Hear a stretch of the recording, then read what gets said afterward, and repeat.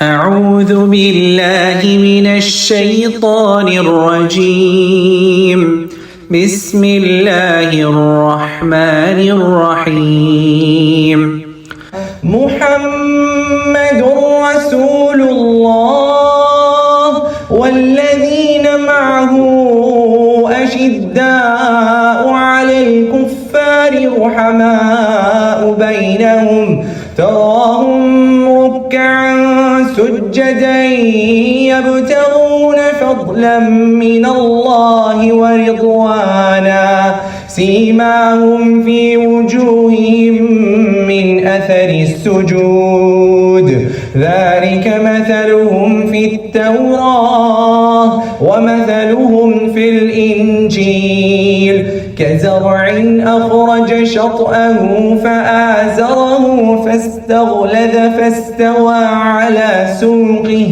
يعجب الزراع ليغيظ بهم الكفار وعد الله الذين آمنوا وعملوا الصالحات منهم مغفرة وأجرا عظيما. دعا کے ساتھ انشاءاللہ شروع کریں گے. نحمدہ ونصلی علی رسولہ الکریم اما بعد اعوذ باللہ من الشیطان الرجیم بسم اللہ الرحمن الرحیم رب اشرح لی صدری ویسر لی امری واحلل عقدۃ من لسانی یفقہوا قولی ربنا زدنا علما اللہم فقہنا فی الدین ربی یسر ولا تعسر وتمم الخیر.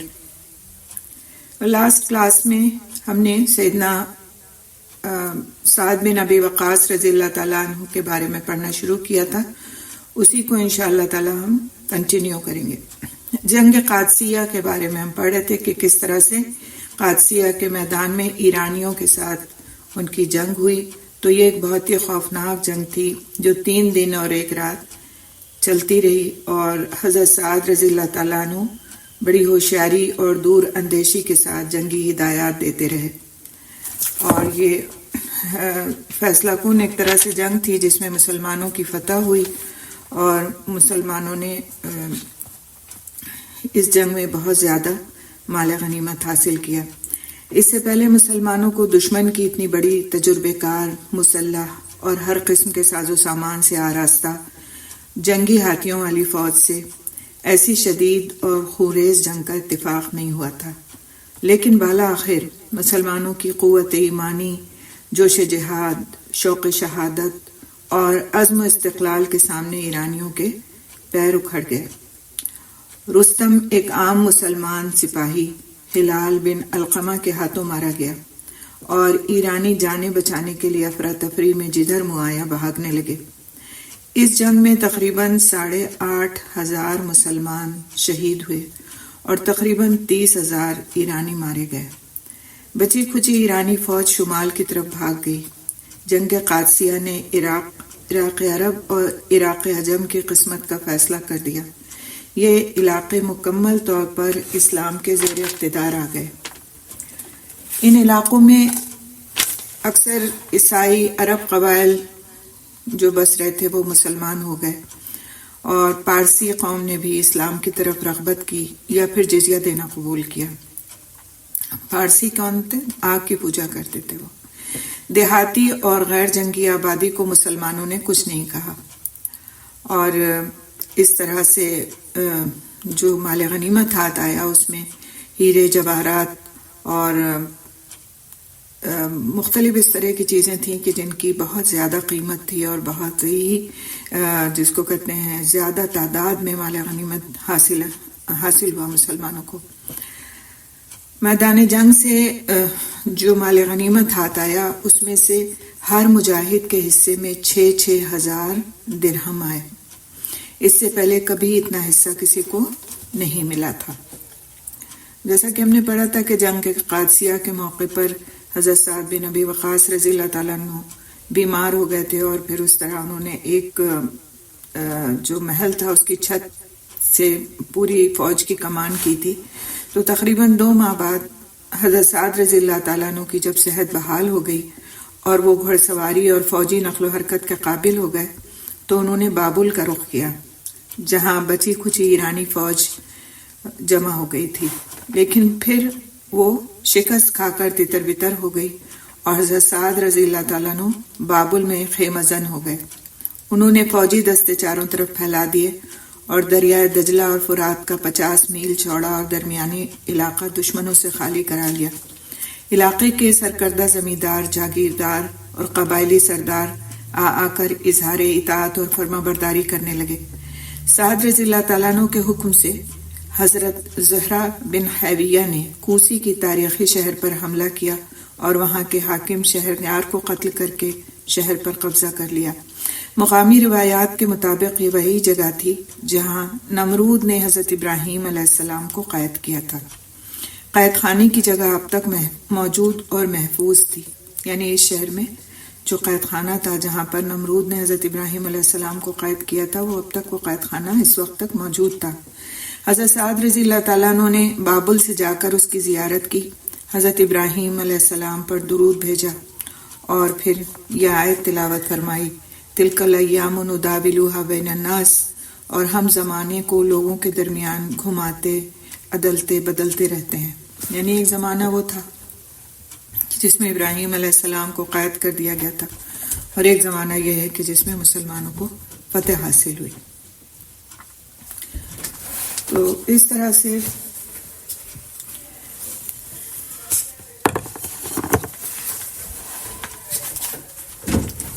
حضرت سعد رضی اللہ تعالیٰ عنہ وہاں 2 مہینے مقیم رہے، اور اس اثنا میں ایرانی شہر کو خالی کر کے چپکے سے باہر نکل گئے اور دریا کا پل عبور کر کے مشرقی مدائن میں جمع ہو گئے۔ مدائن نام کا ایک شہر تھا، اس کے مشرق میں وہ جمع ہو گئے، جہاں ان کا شہنشاہ بھی موجود تھا۔ شہنشاہ کا نام کیا تھا؟ یزدگرد اس کا نام تھا، اور وہ بھی وہاں پر موجود تھا۔ اور یہ بڑا ہی تاریخی واقعہ ہے اور بہت اہم واقعہ ہے، اور جس پر لوگوں کی عقلیں حیران ہوتی ہیں کہ اس پر یقین کیسے کیا جائے۔ لیکن حقیقت بات یہ ہے کہ جن کا اللہ پر یقین ہوتا ہے، اللہ سبحانہ تعالیٰ ان کی اپنے راستے میں اس طرح مدد فرماتے ہیں کہ عقل حیران ہو جاتی ہے، انسانی عقل حیران ہو جاتی ہے۔ تو یہ جو شہر تھا مدائن کا مغربی حصہ، جو دریائے دجلہ کے مغربی کنارے پر آباد تھا، یہاں پر جمع ہو گئے ایرانی، اور انہوں نے کیا کیا کہ پل توڑ ڈالا تاکہ مسلمان دریا عبور کر کے خاص مدائن پر حملہ نہ کر سکیں۔ اور جو بادشاہ تھا اس نے مغربی مدائن پر مسلمانوں کے قبضے کی خبر سن کر اپنے اہل و عیال اور خزانوں کو حلوان نام کے شہر میں بھیج دیا، جو ایک اور شہر تھا، وہاں بھیج دیا، اور خود بھی فرار کی تیاریاں کرنے لگا۔ 15 ہجری میں ہم دیکھتے ہیں کہ جب مدائن کی فتح ہوئی تو وہ کس طرح ہوئی۔ حضرت عمر رضی اللہ تعالیٰ عنہ کی طرف سے مدائن پر پیش قدمی کی اجازت آ گئی، یعنی اتنے بڑے فاتح نے خود اپنے طور پر پیش قدمی نہیں کی جب تک خلیفہ کی طرف سے ان کو اجازت نہیں ملی۔ حضرت عمر رضی اللہ تعالیٰ عنہ نے جب ان کو اجازت دے دی کہ وہ مدائن کی طرف پیش قدمی کر سکتے ہیں اس شہر کی طرف، تو انہوں نے پھر اس کی طرف پیش قدمی کی۔ گرمی کا موسم تھا اور دجلہ طغیانی پر تھا، یعنی دریائے دجلہ جو تھا وہ بہت زیادہ اس پر طغیانی آئی ہوئی تھی، یعنی پانی چڑھا ہوا تھا۔ ایرانیوں نے پل تباہ کرنے کے علاوہ گھاٹ پر سے کشتیاں بھی ہٹا لی تھیں یا تباہ کر دی تھیں، دوسرے کنارے پر فوج تعینات کر دی تھی۔ حضرت سعد رضی اللہ تعالیٰ عنہ نے ہر صورت میں دریا عبور کرنے کا ارادہ کر لیا۔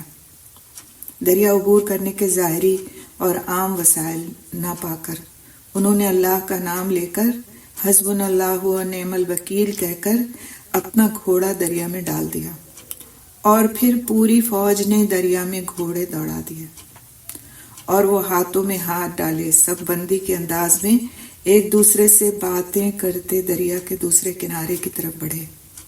دریا کی طغیانی کے باوجود کسی قسم کا جانی اور مالی نقصان نہ ہوا۔ مسلمانوں کو دریا کی طوفانی لہروں سے کھیلتے اطمینان سے آگے بڑھتے دیکھ کر دوسرے کنارے پر تعینات فوجی دستے حیران رہ گئے۔ ہیبت اور خوف نے ان کے دلوں میں گھر کر لیا، اور وہ دیو آمد کہتے ہوئے وہاں سے بھاگ کھڑے ہوئے۔ وہ سمجھے کہ کوئی جنات وغیرہ ہیں جو اس طرح سے آ رہے ہیں، انسانوں کے بس کی تو بات تھی نہیں۔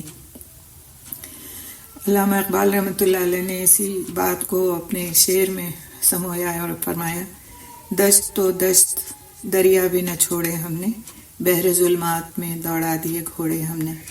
تو یہ مسلمان اس وقت کے ان کا یقین اور تاریخ شاہد ہے اس واقعے کی، یہ کوئی ایسے خیالی قصہ نہیں ہے بلکہ تاریخ شاہد ہے کہ انہوں نے کتنا بڑا کارنامہ انجام دیا۔ تو ایک فوجی دستے نے کچھ مزاحمت کی مگر بے سود۔ لشکر اسلام کسریٰ کے مشہور اور عالی شان قصر سفید میں داخل ہو گیا۔ آخر کسریٰ ہمیشہ کے لیے اس عظیم نوشیروانی محل کو خیر باد کہہ کر حلوان کی طرف چلا گیا، اور اگرچہ مغربی مدائن پر 15 ہجری کے آخر میں اسلامی قبضہ ہو گیا تھا، لیکن اس طرح مدائن پر اس وقت میں پورے کا پورے مدائن پر مسلمانوں کا قبضہ ہو گیا، اور ان کے جو عظیم الشان محلات تھے، شاندار اور خوبصورت باغات تھے، وہ سب مسلمانوں کے قبضے میں آ گئے۔ حضرت سعد رضی اللہ تعالیٰ عنہ کو یہ دیکھ کر بہت زیادہ عبرت ہوئی۔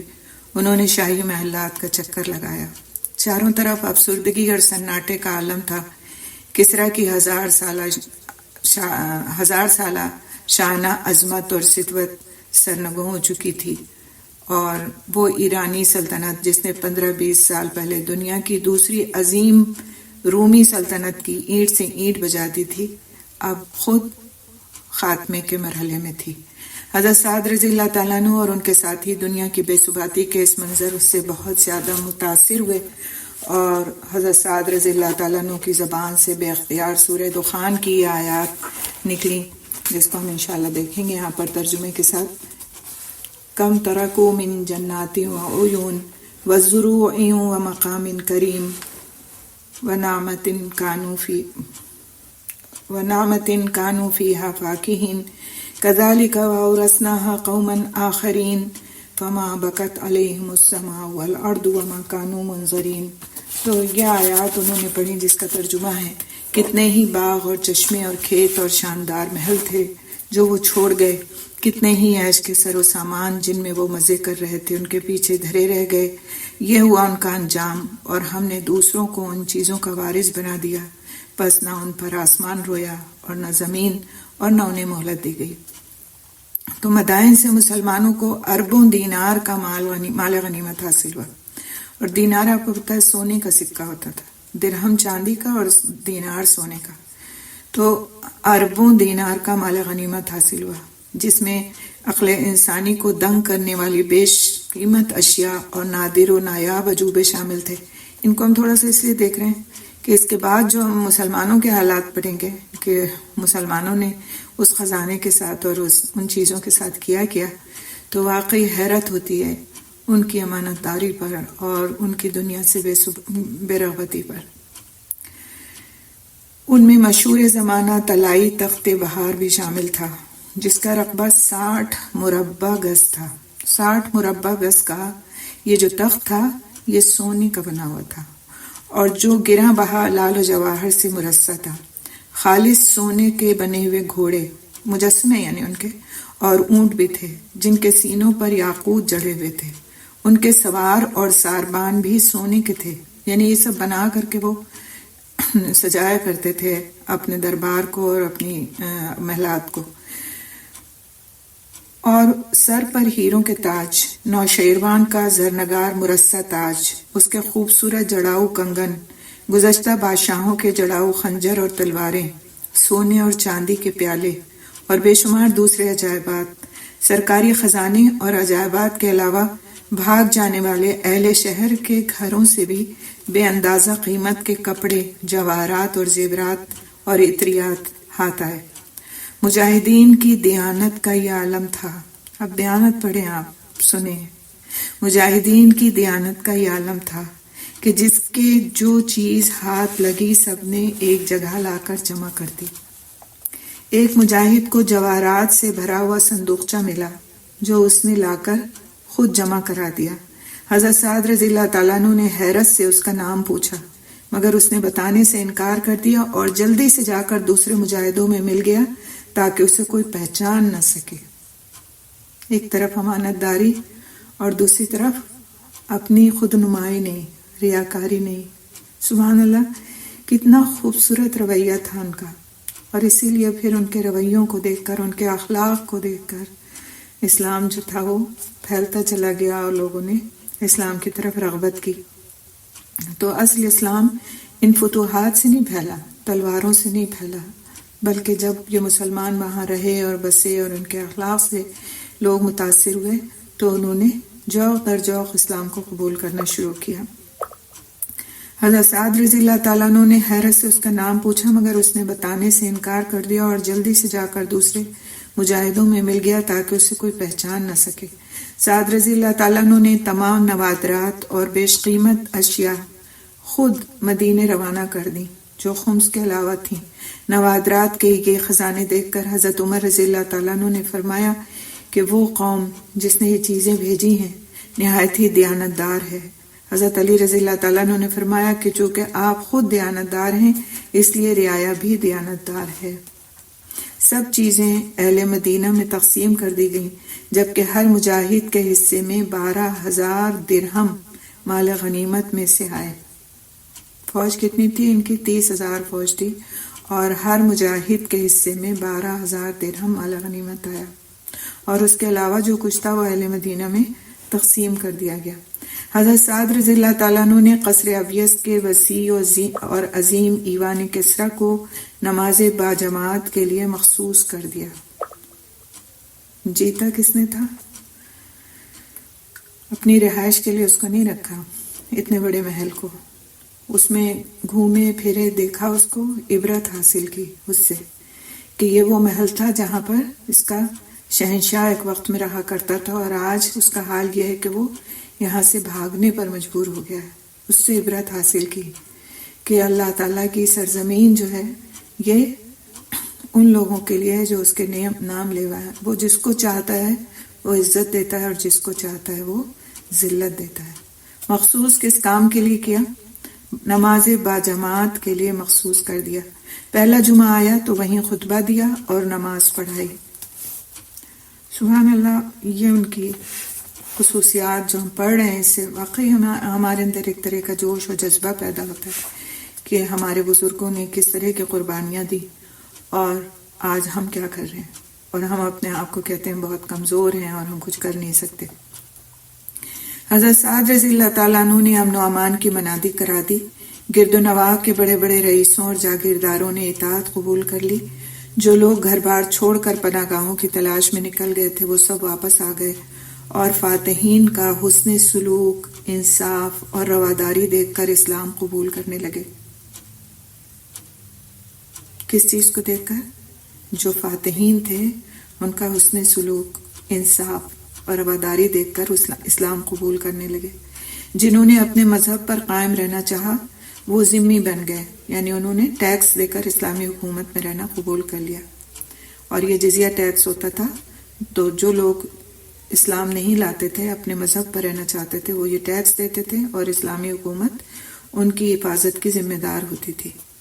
جلد ہی آپس میں اتنا ربط و ضبط پیدا ہو گیا کہ باہم رشتے ناتے ہونے لگے. اور کچھ فتوحات کے بارے میں بھی ہم ان کی پڑھیں گے جس سے ان کی شخصیت کے مزید پہلو اجاگر ہوتے ہیں. تو حضرت سیدنا سعد بن ابی وقاص رضی اللہ تعالیٰ عنہ نے مدائن کو اپنا ہیڈ کوارٹر بنا کر جو علاقہ تھا، ان کا مفتوحہ علاقہ تھا، اس کا نظم و نسق مستحکم کرنا شروع کیا. یعنی لڑائی کی وجہ سے ظاہر ہے شہروں میں بہت بربادی ہوتی ہے اور پورا نظم و نسق تباہ ہو جاتا ہے، تو انہوں نے وہاں پر اس کا پورا نظم و نسق درست کرنا شروع کیا، یعنی اس کا ایڈمنسٹریشن بہتر کرنا شروع کیا. اور ادھر کیا ہوا کہ جو ایرانی بادشاہ تھا، شہنشاہ، اس نے ایک اور وہ حلوان کی طرف بھاگ گیا تھا، ہم نے اس سے پہلے پڑھا. وہاں پہنچ کر اس نے کیا کیا کہ ایک بہت بڑی فوج جمع کر لی، اور قادسیہ اور مدائن سے بھاگے ہوئے فوجی جو سالار تھے وہ بھی وہاں پہنچ گئے، اور مسلمانوں سے دوبارہ جنگ آزمائی کے لیے جلولہ نام کی ایک جگہ تھی جو بغداد سے تقریباً 96 میل دور جانب مشرق میں ہے، اور وہاں پر اس نے کیا کیا کہ ایک فوج بنا لی اور ایک مسلمانوں کے ساتھ جنگ کرنے کی تیاری کرنے لگا. حضرت سعد رضی اللہ تعالیٰ عنہ نے حضرت عمر رضی اللہ تعالیٰ عنہ کو یہ حالات لکھ کر بھیجے اور ان سے اجازت مانگی کہ ان کو پیش قدمی کی اجازت دی جائے، جو حضرت عمر رضی اللہ تعالیٰ عنہ نے ان کو مرحمت فرما دی۔ انہوں نے قعقاع رضی اللہ تعالیٰ عنہ اور حضرت ہاشم رضی اللہ تعالیٰ عنہ کی سرکردگی میں 12,000 مجاہدین کو جلولہ پر حملہ کرنے کے لیے بھیجا، اور طویل محاصرے کے بعد بہت سخت خونریز جنگ ہوئی اور پھر مسلمان فتح یاب ہوئے۔ تقریباً 1 لاکھ ایرانی مارے گئے، بے شمار مال غنیمت مسلمانوں کے ہاتھ آیا، ہزاروں ایرانی قیدی بنا لیے گئے، لیکن پھر بعد میں خلیفہ کے حکم سے انہیں آزاد کر دیا گیا۔ تو اسی طرح سے اور بھی جو شہر تھے ان کو جب انہوں نے ان کی طرف پیش قدمی کی اجازت مانگی تو حضرت سعد نے تو حضرت عمر رضی اللہ تعالیٰ عنہ سے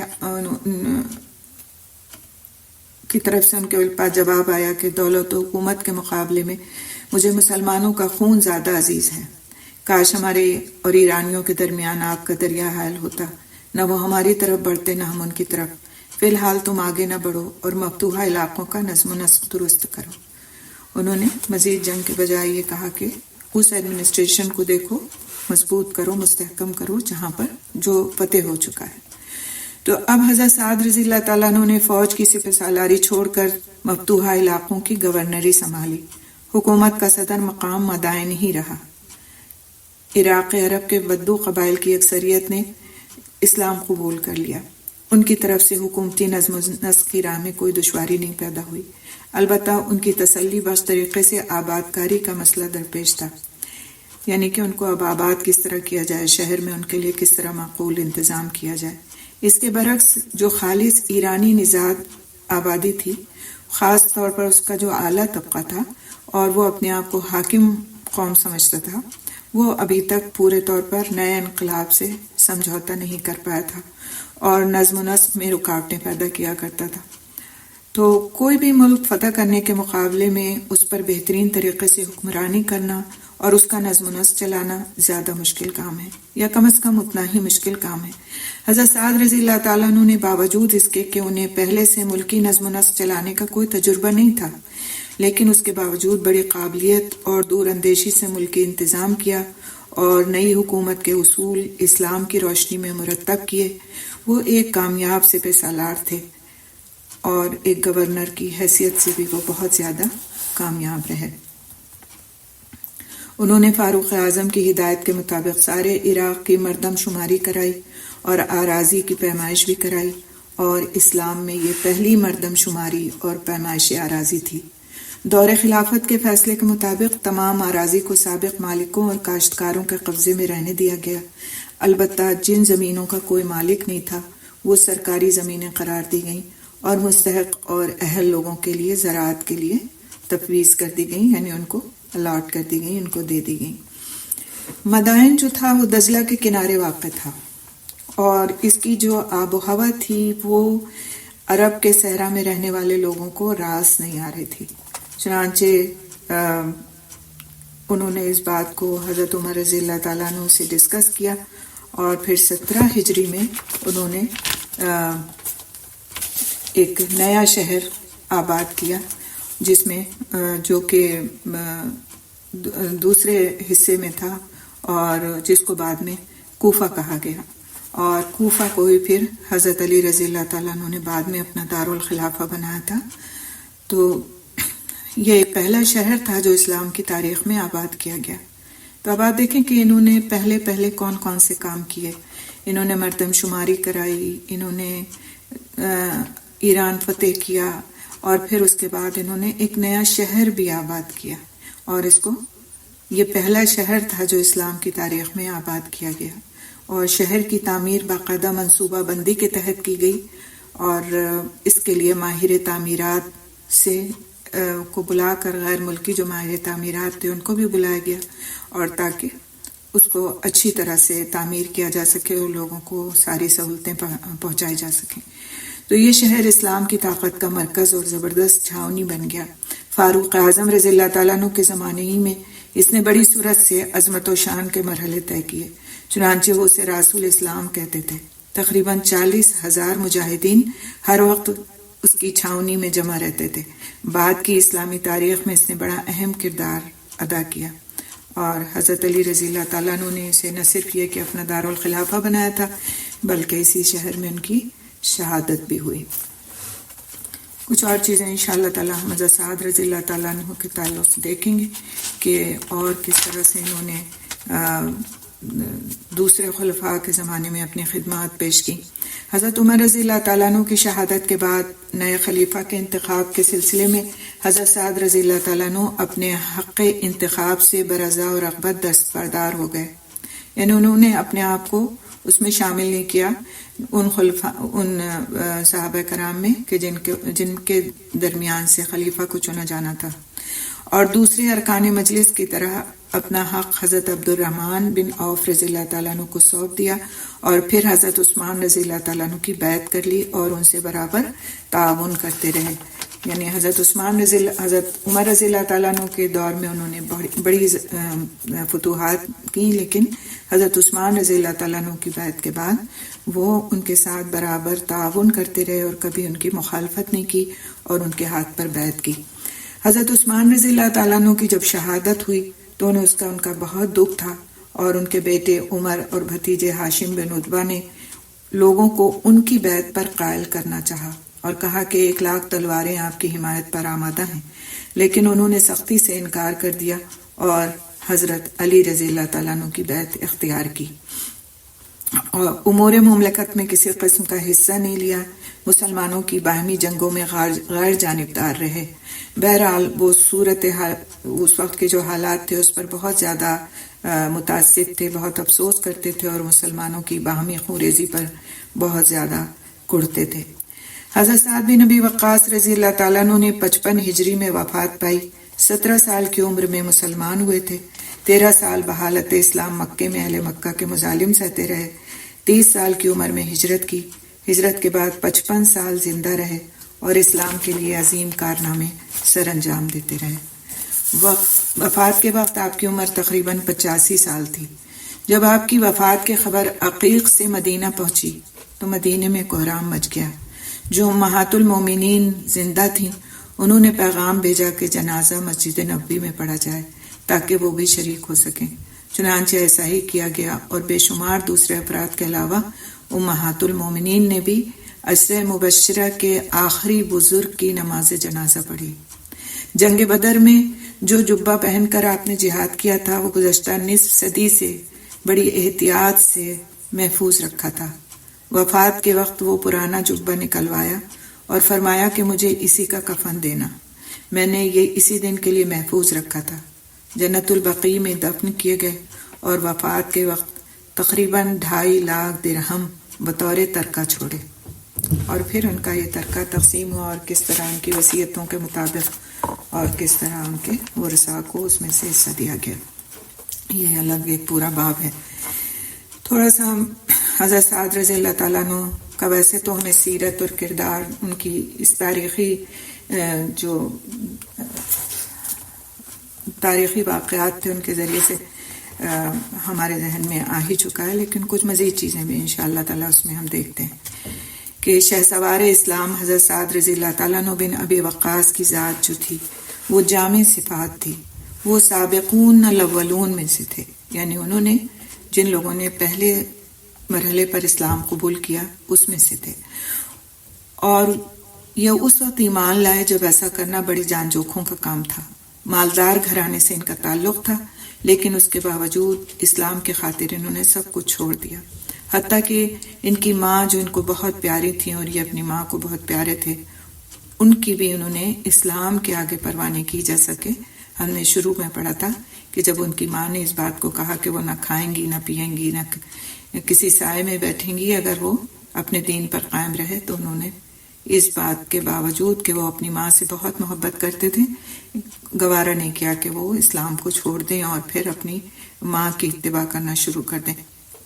حضرت سعد رضی اللہ تعالیٰ عنہ ایمان، عقیدے اور ارادے میں پہاڑوں کا ساز منصوبات رکھتے تھے۔ دین حق کی راہ میں پیش آنے والی مشکلات اور مصائب کا انہوں نے عزم محکم، ثابت قدمی اور خندہ پیشانی سے مقابلہ کیا۔ رسول اکرم صلی اللہ علیہ وسلم سے ان کو بہت زیادہ محبت تھی.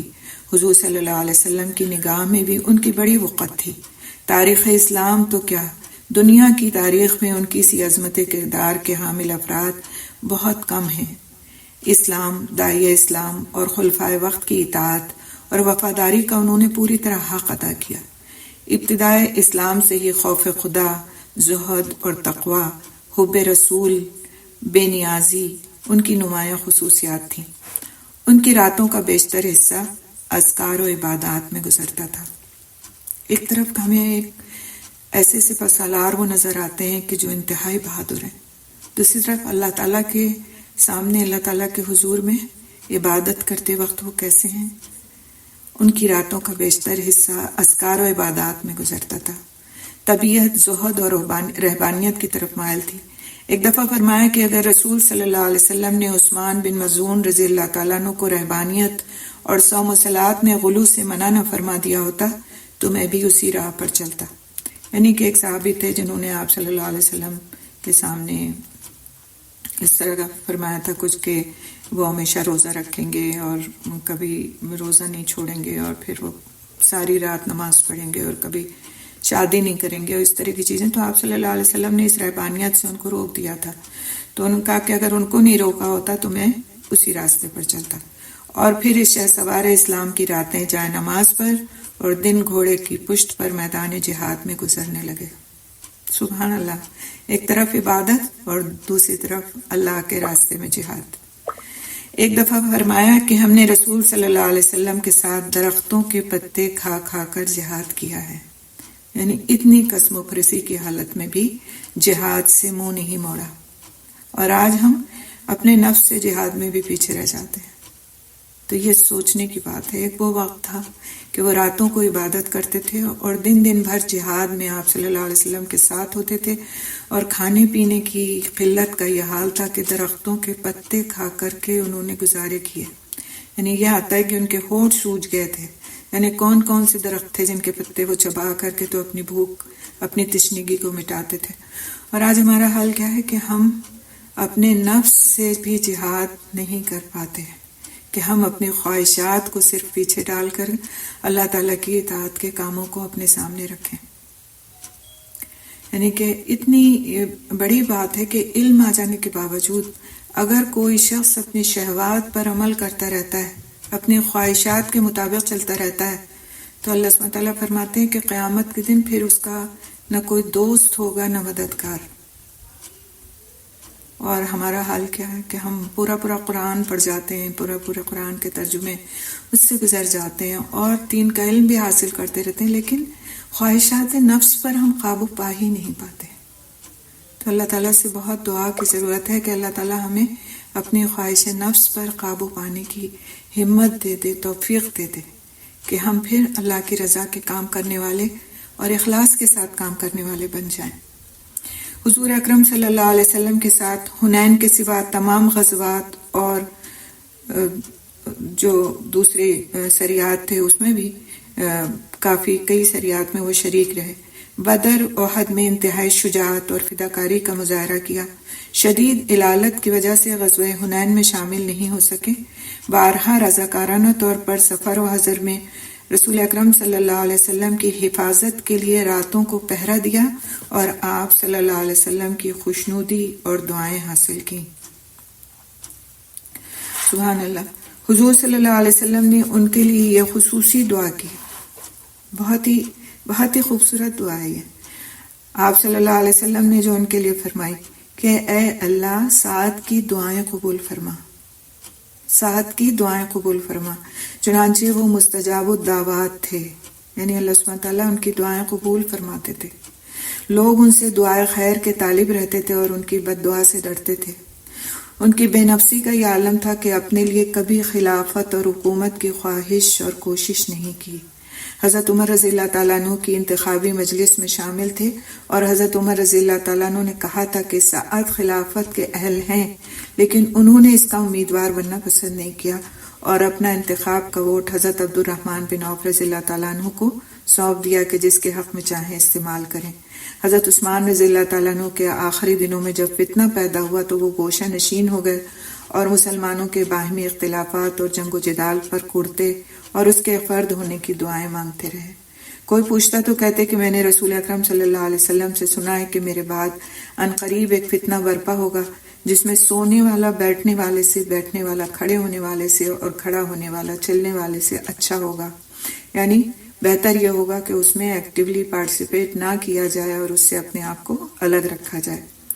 تو جہاد کا جذبہ اور شوق، غیرت دین، اتباع رسول، حق گوئی اور بے باکی، زہد و تقوی، انصاف پسندی، صبر و استقلال، سادگی، انکسار، ایثار اور سخاوت حضرت سعد رضی اللہ تعالیٰ عنہ کے نمایاں اوصاف تھے۔ زہد و تقوی کا یہ عالم تھا کہ کبھی کسی مالدار آدمی سے کوئی تحفہ یا ہدیہ انہوں نے قبول نہیں کیا۔ غریبوں کے ساتھ بیٹھنا، ان کی مدد کرنا انہیں بہت پسند تھا۔ سخاوت اور انفاق فی سبیل اللہ میں ممتاز تھے۔ غریبوں مسکینوں کے لیے ان کے دروازے ہمیشہ کھلے رہتے، کوئی سوالی خالی ہاتھ نہیں جاتا۔ حضرت سعد رضی اللہ تعالیٰ عنہ کا شمار مالدار صحابہ میں ہوتا تھا، اوروں کی مدد بے دریغ کرتے۔ ان کی اپنی غذا اور لباس اور رہن سہن ہمیشہ سادہ رہا۔ جب مدینے سے 10 میل دور وادی عقیق میں امور مملکت سے الگ تھلگ ہو کر انہوں نے رہائش اختیار کر لی، جہاں جیسے ہم نے پڑھا ابھی کہ ان کا انتقال بھی وہیں ہوا، تو اپنے اونٹ اور بکریاں خود چرایا کرتے تھے۔ کس درجے کے انسان تھے اور کیا کام کرتے تھے! اپنے اونٹ اور بکریاں خود چرایا کرتے تھے اور اس میں کوئی آر محسوس نہیں کرتے تھے۔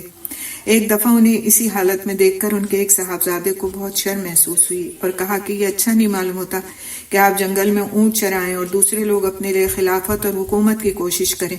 اس پر حضرت سعد رضی اللہ تعالیٰ عنہ نے قدر سختی سے جواب دیا کہ چپ رہو، میں نے رسول اکرم صلی اللہ علیہ وسلم سے سنا ہے کہ خدا مستغنی اور پرہیزگار بندے کو دوست رکھتا ہے۔ یعنی ان کو یہ بات زیادہ محبوب تھی کہ وہ اللہ سبحانہ تعالیٰ کے دوستوں میں شمار ہوں اور وہ کام کریں کہ جن کو اللہ سبحانہ تعالیٰ محبوب رکھتا ہے۔ وہ سچی بات کہنے میں کسی کا خوف اور لحاظ نہیں کرتے تھے۔ ایک عظیم جنرل اور فاتح ہونے کے ساتھ حضرت سعد رضی اللہ تعالیٰ عنہ بڑے رقیق القلب بھی تھے، یعنی بہت نرم دل کے تھے، بہت جلدی رو دیتے تھے جب اس طرح کی باتیں سنتے تھے، آخرت کی، جنت و دوزخ کی اور اس طرح کے واقعات اور حالات، تو بہت جلدی ان کو رونا آ جایا کرتا تھا۔ کسی کو تکلیف میں دیکھ کر ان کی آنکھوں میں آنسو آ جاتے اور حد الوسع مدد کرتے تھے۔ ان پر اللہ کے خوف کا غلبہ رہتا تھا۔ نماز تہجد بڑے خشوع و خضوع سے ادا کرتے اور نماز کے بعد بڑے عجز و الحاح سے دعا مانگتے کہ اللہ میرے گناہوں سے درگزر فرما اور مجھے اپنے بندوں کی خدمت کرنے کی توفیق دے۔ کیا دعا تھی کہ مجھ سے درگزر فرما اور مجھے اپنے بندوں کی خدمت کی توفیق دے۔ کتنی خوبصورت دعا تھی۔ آپ دیکھیں ایک طرف کیا ہے اور دوسری طرف کیا ہے۔ ایک طرف اپنے گناہوں سے معافی جو اپنے رب سے مانگ رہے ہیں، اور دوسری طرف توفیق کس چیز کی مانگ رہے ہیں کہ بندوں کی خدمت کی توفیق ملے، کیونکہ جس کو یہ توفیق مل جاتی ہے نا، وہ پھر واقعی نیکیوں کے راستے پر گامزن ہو ہی جاتا ہے۔ بندوں کی خدمت کی توفیق ہر ایک کو نہیں ہوتی۔ بعض بڑے بڑے عبادت گزار ہوتے ہیں، بہت بڑے بڑے دین کے رہنما ہوتے ہیں اور سب کچھ ہوتا ہے، لیکن بندوں کی خدمت کی توفیق کا جذبہ نہیں ہوتا ان کے دلوں کے اندر۔ اور بعض وقت ایک معمولی سا ایک عبادت گزار شخص ہوتا ہے جو اپنے فرض عبادتوں کو ہی مشکل سے کر پاتا ہے لیکن کرتا ہے، لیکن بندوں کی خدمت میں وہ آگے اور آگے ہوتا ہے۔ اور پھر ایسے شخص کے لیے اللہ سبحانہ تعالیٰ کی مدد ہر وقت کے لیے ہوتی ہے۔ یعنی یہ بات ہم نے کل ہی پڑھی تھی تفسیر میں کہ جو شخص اللہ سبحانہ تعالیٰ کے بندوں کی خدمت میں لگا رہتا ہے، اللہ سبحانہ تعالیٰ اس کے لیے، اس کے مددگار بن کر اس کے لیے موجود ہوتے ہیں۔ تو سبحان اللہ، یہ بہت بڑی بات ہے کہ کسی کو بندوں کی خدمت کی توفیق مل جائے، خواہ کسی طرح سے ملے، خواہ ایک گلاس پانی پلانے کی ہی توفیق مل جائے، اس پر بھی شکر ادا کریں کہ اللہ تعالیٰ نے یہ خدمت مجھ سے لے لی۔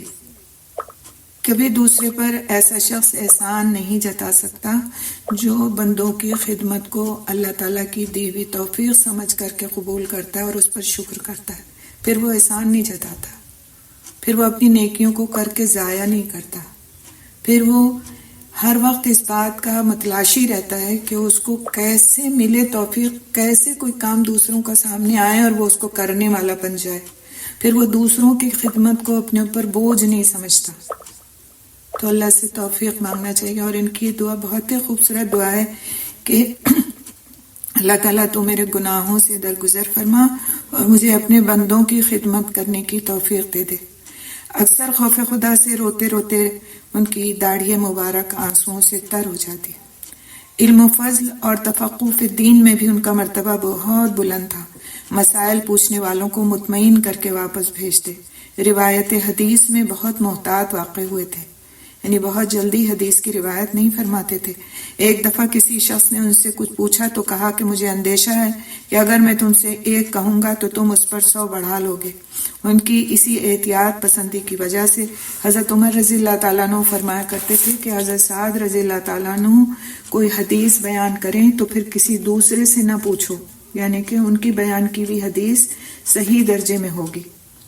متعدد صحابہ اور تابعین نے ان سے روایت کی ہے، ان کی روایات کی تعداد 215 ہے، یعنی 215 احادیث ایسی ہیں جو ان سے روایت کی گئی ہیں۔ انصار مدینہ سے بڑے تپاک اور شفقت سے پیش آتے تھے۔ اللہ تعالیٰ نے حضرت سعد رضی اللہ تعالیٰ عنہ کو تدبیر و سیاست، قیادت جہاد، فتوحات و جہانگیری اور نظم و نسق، حکومت سے بہرہ بہت زیادہ حصہ عطا فرمایا تھا۔ وہ ایک عظیم جنرل اور فاتح، ایک قابل منتظم اور گورنر اور بڑے آباد کار یعنی بانی کوفہ تھے۔ ایک جنرل کی حیثیت سے ان کا شمار دنیا کے عظیم ترین اور کامیاب ترین جنرلوں میں ہوتا ہے۔ انہوں نے ایران کی 1000 سالہ پرانی طاقت اور پرشکوہ سلطنت کا خاتمہ کیا، اور آتش کدہ ایران کی آگ ہمیشہ کے لیے بجھ گئی۔ وہ رسول اکرم صلی اللہ علیہ وسلم کی پیشین گوئی کا مصداق ٹھہرے، اور وہ پیشین گوئی کیا تھی کہ آپ صلی اللہ علیہ وسلم نے فرمایا تھا کہ اے سعد، تم اس وقت تک نہیں مرو گے جب تک کہ تم سے قوم کو نقصان اور دوسری کو نفع نہ پہنچ جائے۔ نقصان ایران کو اور نفع مسلمانان عرب کو پہنچا۔ نیز حضور صلی اللہ علیہ وسلم نے فتح ایران اور کسریٰ کے کنگن سراقہ بن جاشم کو پہنائے جانے کی پیشن گوئی فرمائی تھی، وہ حضرت سعد رضی اللہ تعالیٰ عنہ کے ہاتھوں پوری ہوئی۔ تو وہ ایک جری اور حوصلہ مند سپہ سالار تھے اور منصوبہ بندی کے ماہر تھے اور اللہ پر کامل توکل رکھتے تھے۔ 30,000 اسلامی فوج گھوڑوں سمیت ان کی قیادت میں طغیانی پر آئے ہوئے دجلہ میں اتر گئی اور ایرانی دارالحکومت مدائن میں داخل ہو گئی۔ انہوں نے کسی مارکے میں شکست نہیں کھائی اور غیر ضروری خونریزی بھی نہیں کی۔ انہوں نے مفتوحہ علاقوں اور رعایا کا بہت عمدہ انتظام کیا۔ ان کی فتوحات ٹھوس اور پائیدار تھیں۔ ان کے حسن سلوک سے مفتوحہ آبادی نے برضا و رغبت اسلام قبول کیا، اور ان کے کارنامے تاریخ میں زندہ جاوید اور درخشاں رہیں گے۔ بے شک وہ اسلام کے بڑے ہیروز میں سے ایک تھے۔ اللہ تعالیٰ ان سے راضی ہوا اور وہ اللہ تعالیٰ سے راضی ہوئے، رضی اللہ تعالیٰ عنہم۔